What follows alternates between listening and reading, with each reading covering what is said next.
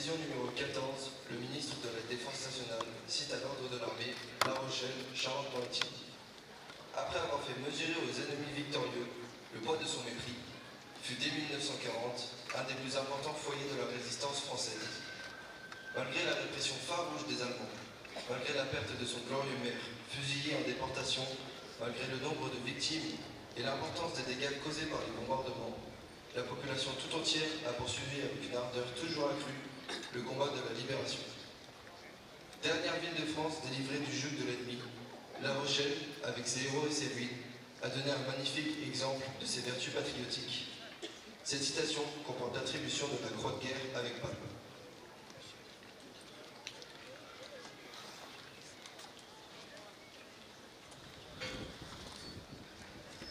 Lecture de l'ordre du jour numéro 9 du maréchal de l'Alpes de Tassigny par Oriane Bussière, étudiante à l'Université de La Rochelle, les petites filles de Jean-Claude Cosset. Officiers, sous-officiers, caporaux et soldats de la première armée française. Le jour de la victoire est arrivé. À Berlin, j'ai la fierté de signer, au nom de la France, en votre nom, l'acte solennel de la capitulation de l'Allemagne. Digne de la confiance de notre chef suprême, le général de Gaulle, libérateur de notre pays, vous avez, par vos efforts, votre ferveur, votre héroïsme, rendu à la patrie son rang et sa grandeur. Fraternellement unis aux soldats de la résistance, côte à côte avec nos camarades alliés, vous avez taillé en pièces l'ennemi partout où vous l'avez rencontré. Vos drapeaux flottent au cœur de l'Allemagne. Vos victoires marquent les étapes de la résurrection française. De toute mon âme, je vous dis ma gratitude. Vous avez droit à la fierté que vous-même, comme à celle de vos exploits. Gardons pieusement la mémoire de nos morts, généreux compagnons tombés au champ d'honneur. Ils ont rejoint dans le sacrifice et la gloire, pour la rédemption de la France, nos fusillés et nos martyrs. Célébrons la victoire de mai, victoire radieuse de printemps qui redonne à la France la jeunesse, la force et l'espoir. Soldats vainqueurs, vos enfants apprendront la nouvelle épopée que vous doit la patrie. Berlin, le 9 mai 1945, le général d'armée de l'Alpes de Tassigny.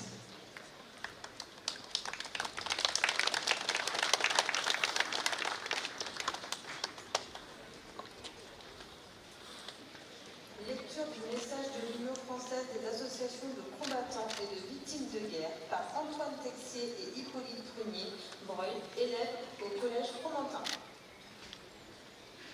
Le 8 mai 1945, il y a 80 ans, les alliés britanniques, américains, français et soviétiques obtenaient la reddition sans condition de l'armée de l'Allemagne nazie les 7 et 8 mai 1945 à Reims et à Berlin.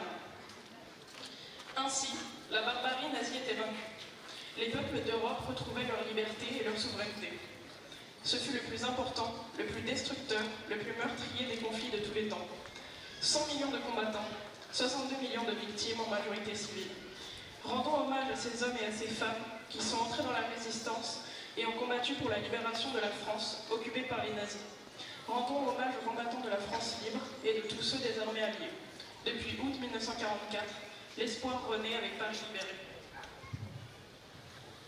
De plus, n'oublions pas la solution finale mise en œuvre par les nazis avec les massacres génocidaires organisés industriellement par le recours aux chambres à gaz et faux crématoires. Le 8 mai 1945 portait un espoir de paix. Aujourd'hui, la guerre est aux portes de l'Europe avec l'agression de la Russie contre l'Ukraine. Un nouvel ordre mondial va s'imposer à la place de celui de 1945. La paix est en danger sur notre continent. Il nous appartient de le faire partager avec les pays européens nos valeurs de liberté, d'égalité et de fraternité. Vive la République, vive la France.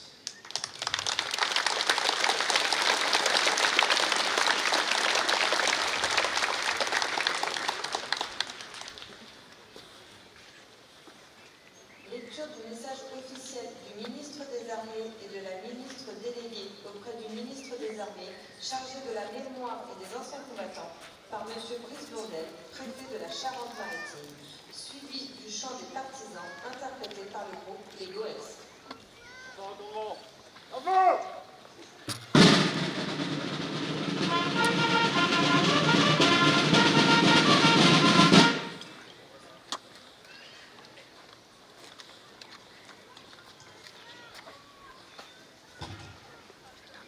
le 8 mai 1945. Quand la nouvelle de la victoire parvint à Paris, le général de Gaulle, qui incarnait la voix de la France libre et combattante, adressa ces mots à la nation. Tandis que les rayons de la gloire font une fois de plus resplendir nos drapeaux, la patrie porte sa pensée et son amour d'abord vers ceux qui sont morts pour elle, ensuite vers ceux qui ont, pour son service, tant combattu et tant souffert. Pas un effort de ces soldats, de ces marins, de ces aviateurs, pas un acte de courage ou d'abnégation de ses fils et de ses filles, pas une souffrance de ces hommes et de ces femmes prisonniers, pas un deuil, pas un sacrifice, pas une larme n'auront donc été perdus. Le sacrifice pour la victoire avait été immense. Aux soldats morts, blessés, prisonniers, aux résistants foudroyés ou torturés, s'ajoutaient les civils assassinés et déportés, en particulier les Juifs, morts dans la Shoah, ainsi que les champs de ruines laissés par les durs combats de la libération. La France était meurtrie, mais un peuple entier avait survécu à l'une des pires épreuves de son histoire grâce au soutien de ses alliés. Le 8 mai 1945, à l'heure de la capitulation allemande, qui allait bientôt être celle de la découverte de l'ampleur des crimes nazis, l'heure était aussi déjà à la reconstruction, pour que jamais ne se reproduisent les erreurs de 1940 et pour que la France renoue avec sa grandeur. C'est dans l'épreuve que se forgent les grandes nations. Et le 8 mai 1945, la France décidait de se choisir un grand destin. Dans l'effervescence de la victoire, et pour faire écho aux immenses sacrifices consentis pendant les années de guerre, les Françaises et les Français reprenaient confiance en eux-mêmes. Ils choisissaient de redonner son indépendance, sa puissance et sa prospérité dans un monde où tous les équilibres se redessinaient autour de deux grandes puissances. Cette ambition a permis de construire un modèle français qui fait notre grandeur et notre fierté dans les domaines militaires, sociaux, scientifiques, industriels, économiques et culturels. Aujourd'hui, nous jouissons encore de cet héritage de la libération, des choix courageux de nos grands anciens. Par-delà les clivages, ils ont supporté le pays vers le meilleur de lui-même. Alors que le cycle des commémorations du 80e anniversaire de la libération se termine, dans un monde où les menaces se multiplient, des menaces anciennes planent à nouveau sur le pays. Alors que les rapports de force internationaux se reconfigurent, souvenons-nous des sacrifices qu'une génération entière de Françaises et de Français a acceptés pour libérer le pays, pour le reconstruire et pour nous donner les moyens de notre souveraineté. Vive la République et vive la France. Un mot plus personnel, si vous le voulez bien, à présent. Il s'adresse à celles et ceux qui ont jugé bon cette nuit d'investir ce lieu sacré de la République pour y apposer des drapeaux et des banderoles revendicatives en référence à un conflit contemporain et appelant au devoir de mémoire. Je veux dire une chose s'ils écoutent, c'est qu'il est des lieux pour exprimer légitimement, librement son opinion et ses convictions. Mais que la concurrence des mémoires et l'amalgame des mémoires ont rarement guidé notre débat démocratique vers la sagesse et le progrès.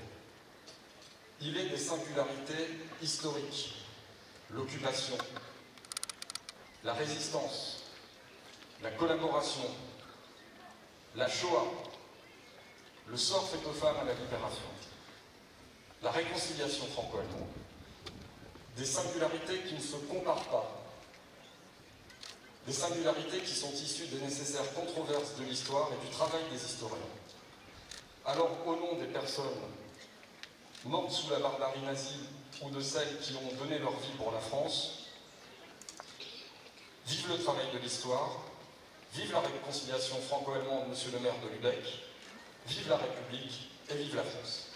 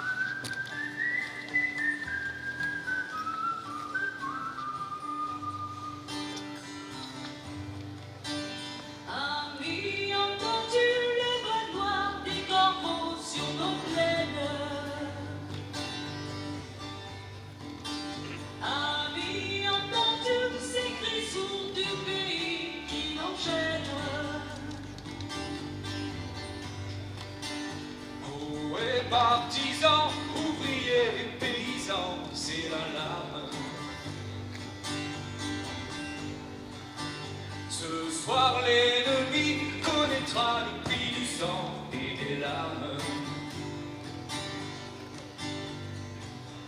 Montez de la ville, descendez des collines, camarades. Sortez de la taille des fusils, la mitraille des grenades. Oh ouais, les tueurs à la balle et au couteau, tuez vite. Oh ouais, saboteur, attention à ton fardeau, dynamite. C'est nous qui brisons les barreaux des prisons pour nos frères. La haine à nos trousses et la faim qui nous pousse, la misère. Il y a des pays où les gens entre des lits font des rêves. Ici, nous vois-tu, nous on marche et nous on tue, nous on crève. Oh, oh, oh, oh, oh, oh, oh, oh, oh.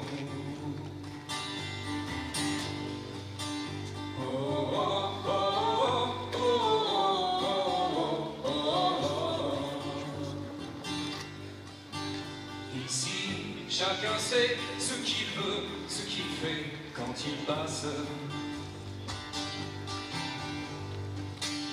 Ami, si tu donnes un ami sans melon à ta place. Demain, du sang noir séchera au grand soleil sur les routes. Chantez, compagnons, dans la nuit, la liberté nous écoute.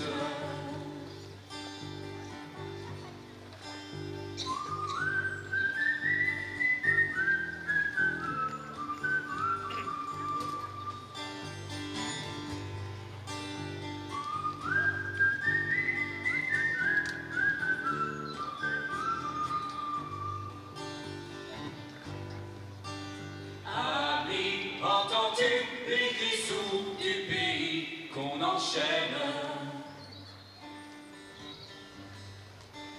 Ami, entends-tu le vol noir des corbeaux sur nos plaines?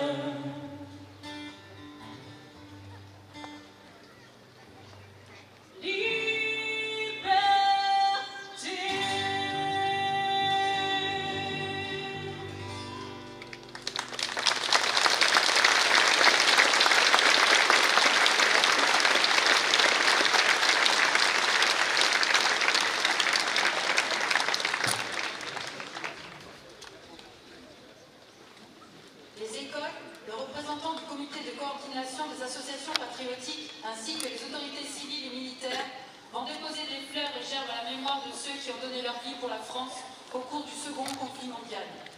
Le dépôt de gerbes sera suivi de la sonnerie aux morts, d'une minute de silence et de l'hymne national interprété par Madame Nadine Chilambo, présidente de l'association Afrostock.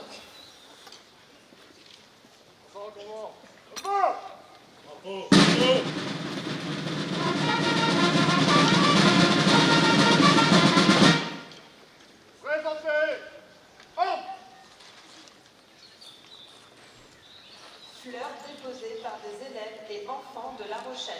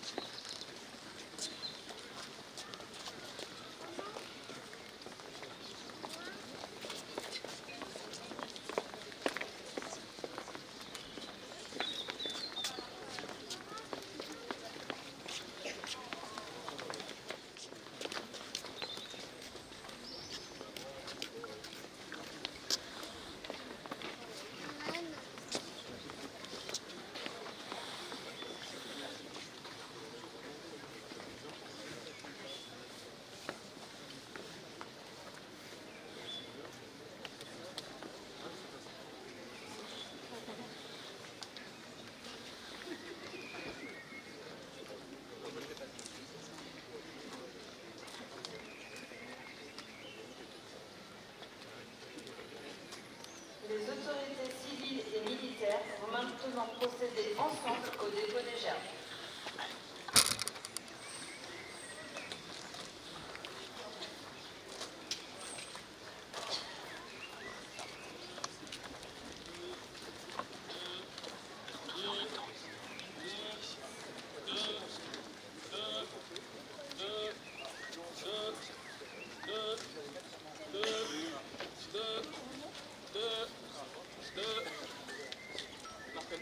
Marche. Halte. À gauche. Gauche. Un pas en arrière. Marche.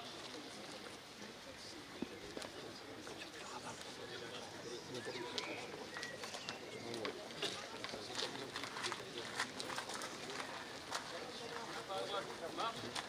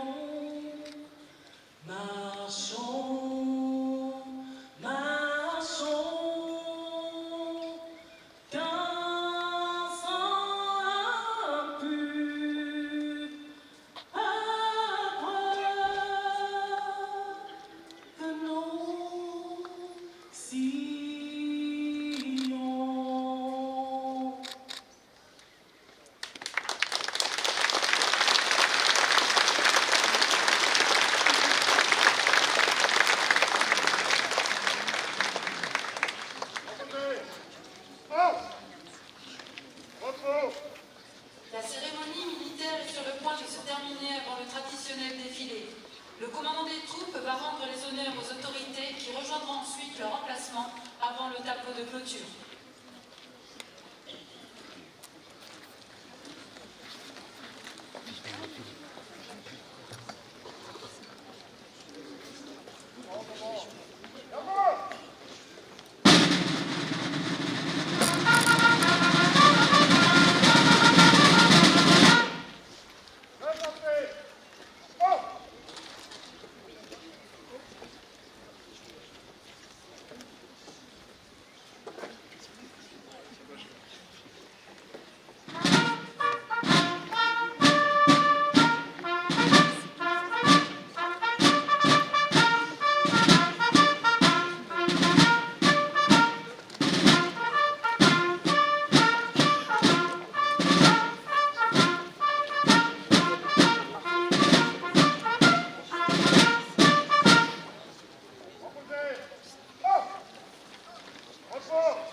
Le tableau de clôture verra le départ du drapeau français du monument aux morts de La Rochelle vers le monument commémoratif des combats de la poche de La Rochelle à Saint-Sauveur-d'Aunis, Ferrières-Aunis.